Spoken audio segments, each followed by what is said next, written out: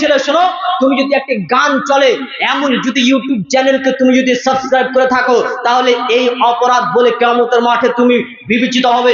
একটা গানে যদি তুমি লাইক করে থাকো, তাহলে কিয়ামতের মাঠে তুমি অপরাধী বলে ঘোষণা হবে।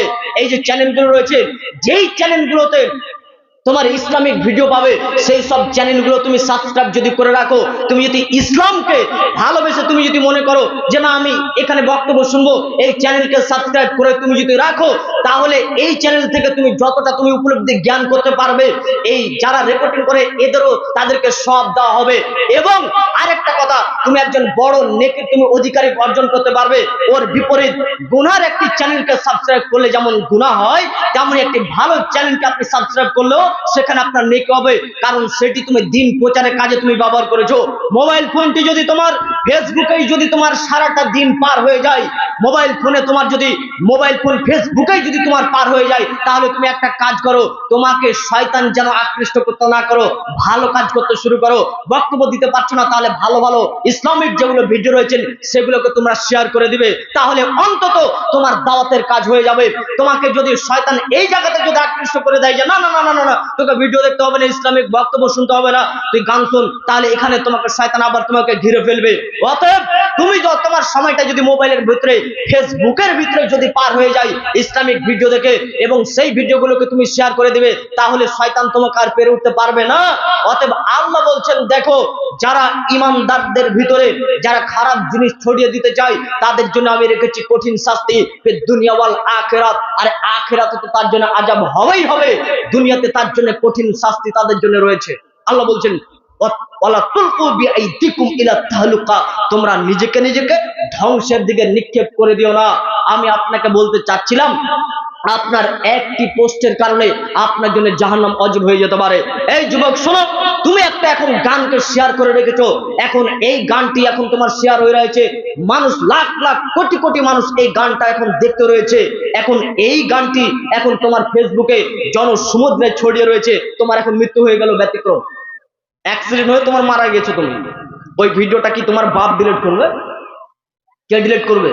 এই গানটা যতদিন চলবে এর গুনাহ তুমি কবর পর্যন্ত পৌঁছতে থাকবে।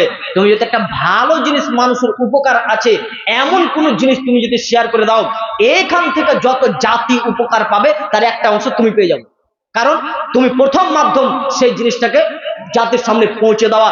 যার জন্য আমি বলতে চাচ্ছিলাম, মোবাইল ফোনে আজকে আমাদের সময়কে আমরা বরবাদ করে ফেলেছি। আজকে যুবকরা আমরা জানি না আমরা কিভাবে ব্যবসা করব, আমরা জানি না কিভাবে আমরা শ্রম করব, আমরা শ্রম দিতে পারছি না। আপনাদেরকে একটা কথা বলি, যে যুবকরা আজকে শ্রম দিতে তারা লজ্জা করছে, বলে আমি বিয়ে পাস করেছি, আমি কি করে এখন মাঠে কাজ করব? বিদেশে চলে গেছে ও, যে ওই একই কাজ করছে, লজ্জা লাগছে যে কেন?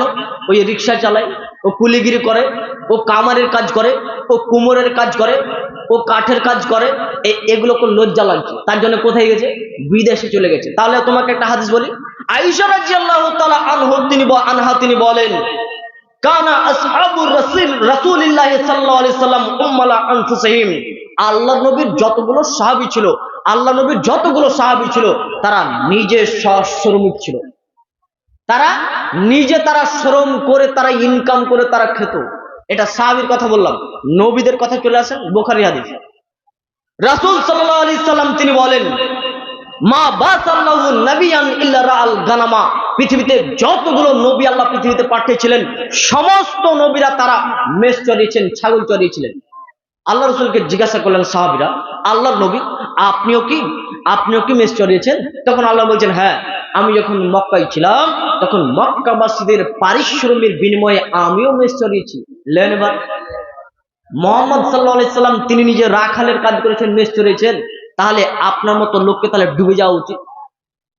তুমি যে বলছো আমার অনেক বড় ডিগ্রি রয়েছে, আমি এই কাজ করতে পারবো না, তাহলে তোমাকে ডুবে যাওয়া উচিত। কেন? মুহাম্মদ সাল্লাল্লাহু আলাইহি সাল্লাম যে করেছেন রাখালের কাজ মানে খুবই খারাপ, কুলিগির কাজ মানে খুবই খারাপ, লজ্জা লাগে, শরম লাগে। আল্লাহ তোমাকে ইনকামের কথা বলেছেন, ওই মেয়েদেরকে নয়। অবিমা আনফাকু মিন আমওয়ালিহিম, ইনকাম তুমি করো, খরচা ওদের পিছনে করো। আরে বিয়ের পরে, বিয়ের আগের কথা বলছি না, এরা আবার ধরে নেবে যে বিয়ের আগেই বলছে মনে হয় মৌলানা সাহেব। বিয়ের পরে খরচা ওদের পিছনে করো, ওদের জন্য খরচা করো, নেকি বেশি আছে। তাহলে তোমাকে ইনকাম করার কথা বলা হয়েছে। তুমি এখন ইনকাম করছো না, নিজের হাতে পরিশ্রম করতে পারছো না, নিজেকে তুমি খাটাতে চাচ্ছ না, কাজ করতে চাচ্ছ না। কেন? দাউদ আলাইহিস সালাম নিজে শ্রমিক, নিজে তিনি উপার্জন করে তিনি খেতেন, নিজে উপার্জন করে খেতেন। এটা নবী দাউদ আলাইহিস সালামের একটি গুণ যে তিনি নিজেই তিনি শ্রম করে তিনি খেতেন। আনসারের একজন সাহাবী আল্লাহ নবীর কাছে এসেছেন। আনাস রাদিয়াল্লাহু তাআলা আনহু বলছেন যে আল্লাহ নবীর কাছে একজন আনসারী ব্যক্তি এসে বলছেন, আল্লাহ নবী আপনি একটু কিছু আমাকে দেন তো, সাহায্য চাচ্ছি। সাহায্য যখনই চাইলেন তখন আল্লাহ নবী বলছেন, তোমার বাড়িতে কিছু নেই? জি আছে। কি? একটা কাঁথা আছে যেটাকে দুই ভাগ করে একটা গায়ে দিই আর একটা পেড়ে রাখি। আর একটা জিনিস আছে। কি? একটা পিয়ালা আছে যেটাতে আমি পানি পান করি। আল্লাহ নবী বলছেন যাও দুটো জিনিস নিয়ে এসো। নিয়ে আসা হলো।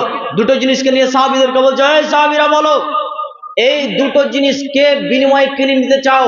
একজন সাহাবী দাঁড়িয়ে বলছেন, আমি একটা দিরহাম দিয়ে কিনে নিতে চাই, মানে একটি চাঁদির পয়সা দিয়ে আমি কিনে নিতে চাই।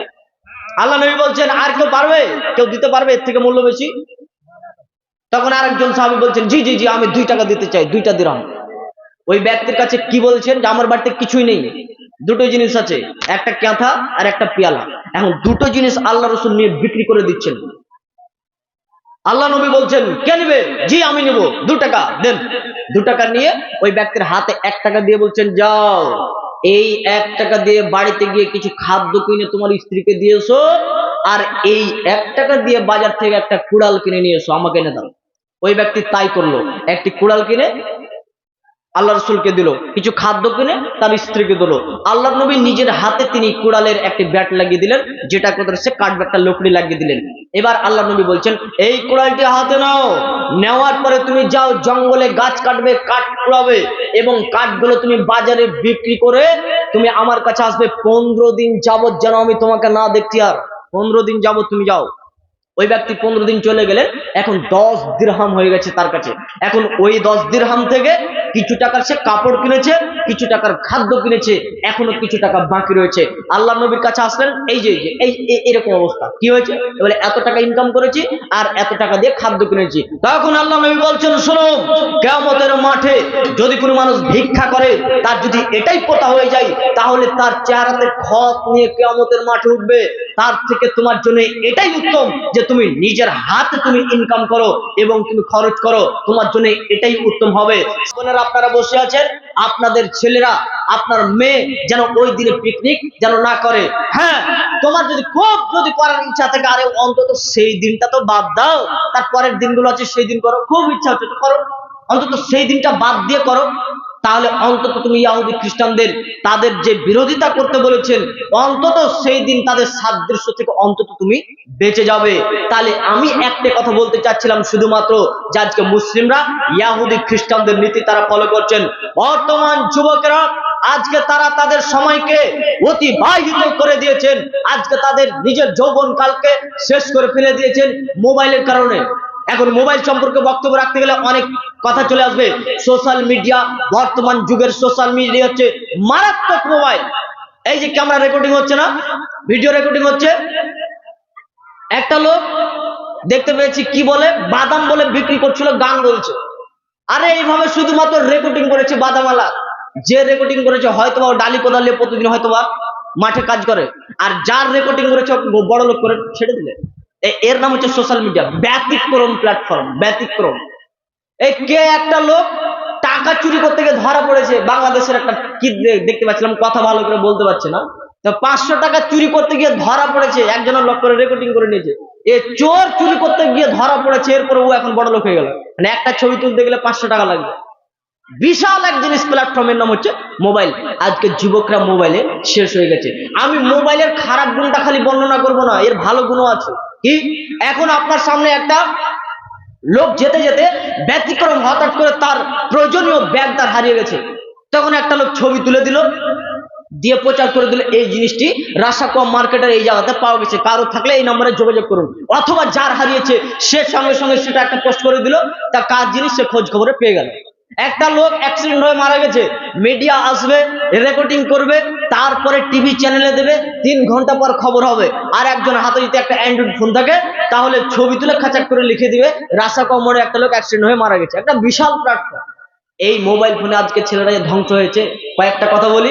সোশ্যাল মিডিয়া কত মারাত্মক খাতারনাক, কত ভয়ঙ্কর একটা জায়গা, আপনাকে শুধুমাত্র একটি কথা বলে দিই যে ভয়ঙ্কর কত আজকে সোশ্যাল মিডিয়া এবং মোবাইল হয়েছে।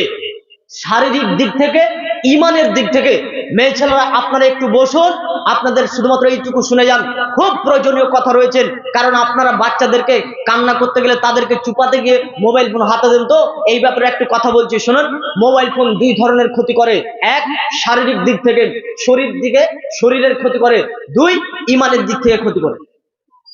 শরীরের দিক থেকে কি ক্ষতি করে? মোবাইল ফোন, চিকিৎসা বিজ্ঞান বলছে যদি কোনো মানুষ অতিরিক্ত মোবাইল ফোনে কথা বলে তাহলে তার ব্রেনে ক্যান্সার হতে পারে।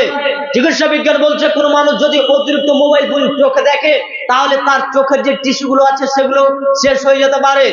চিকিৎসা বিজ্ঞান বলছে যদি কোনো মানুষ অতিরিক্ত মোবাইল ফোনে ইয়ারফোন দিয়ে, সে যদি হেডফোন দিয়ে সে বক্তব্য শুনে বা গান যাই শুনুক না কেন, সে লাগবে যদি সে ব্যবহার করে তাহলে সে তার কানের যে টিস্যুগুলো রয়েছে স্পিকার কেটে যেতে পারে।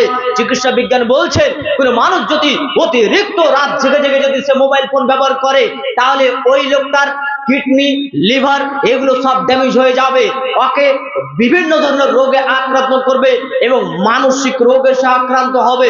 চিকিৎসা বিজ্ঞান বলছেন একটা ছোট বাচ্চা ছেলের হাতে যদি মোবাইল ফোন দেওয়া হয়, অতিরিক্ত যদি একটা বাচ্চা ছেলে যদি মোবাইল ফোন ব্যবহার করে তাহলে তাকে ব্লাড ক্যান্সার হতে পারে। এখনই মা বোনেরা ছোট বাচ্চাদেরকে কান্না চুপাতে গিয়ে তার হাতে একটা মোবাইল ফোন দিয়ে দেয়, কিন্তু তার হাতে এখন পর্যন্ত একটা বেলুন বা একটা খেলনার জিনিস দিয়ে তাকে চুপাতে পারছে না, মোবাইল ফোন তাকে লাগছেই। তার মানে নিশ্চয়ই মোবাইল ফোন আকৃষ্ট ওই ছোট বাচ্চা ছেলেকেও করে নিয়েছে। মোবাইল ফোন কত খাতারনাক জিনিস। চিকিৎসা বিজ্ঞান বলছে যদি কোনো যুবক ছেলে যদি মোবাইল ফোন অতিরিক্ত ব্যবহার করে তাহলে তার শুক্রাণু কমে যাবে এবং নারীদের ডিম্বাণু কমে যাবে, যার কারণে তাদের গর্ভে বাচ্চা ধারণ হবে না, যার কারণে আবার তাকে ডাক্তার দেখাতে হবে, বাচ্চা কেন হচ্ছে না। আজকে অনেক রকম সমস্যা। শুধুমাত্র শরীরের ব্যাপারে বললাম যে মোবাইল কতটা শরীরের দিক থেকে ক্ষতি করে। দুই, মোবাইল ফোন ইমানের ক্ষতি করে। ইমানের দিক থেকে আপনার একটি গান আপনি দেখছেন মোবাইলে গান দেখতে দেখতে আপনাকে খুব গানটা ভালো লাগলো, তখন আপনি গানটার সঙ্গে সঙ্গে শেয়ার করে দিলেন। আপনার ফেসবুকে 5,000 জন ফ্রেন্ড রয়েছে, এই 5,000 জন ফ্রেন্ডের কাছে আপনার এই শেয়ার করা গানটি চলে গেল।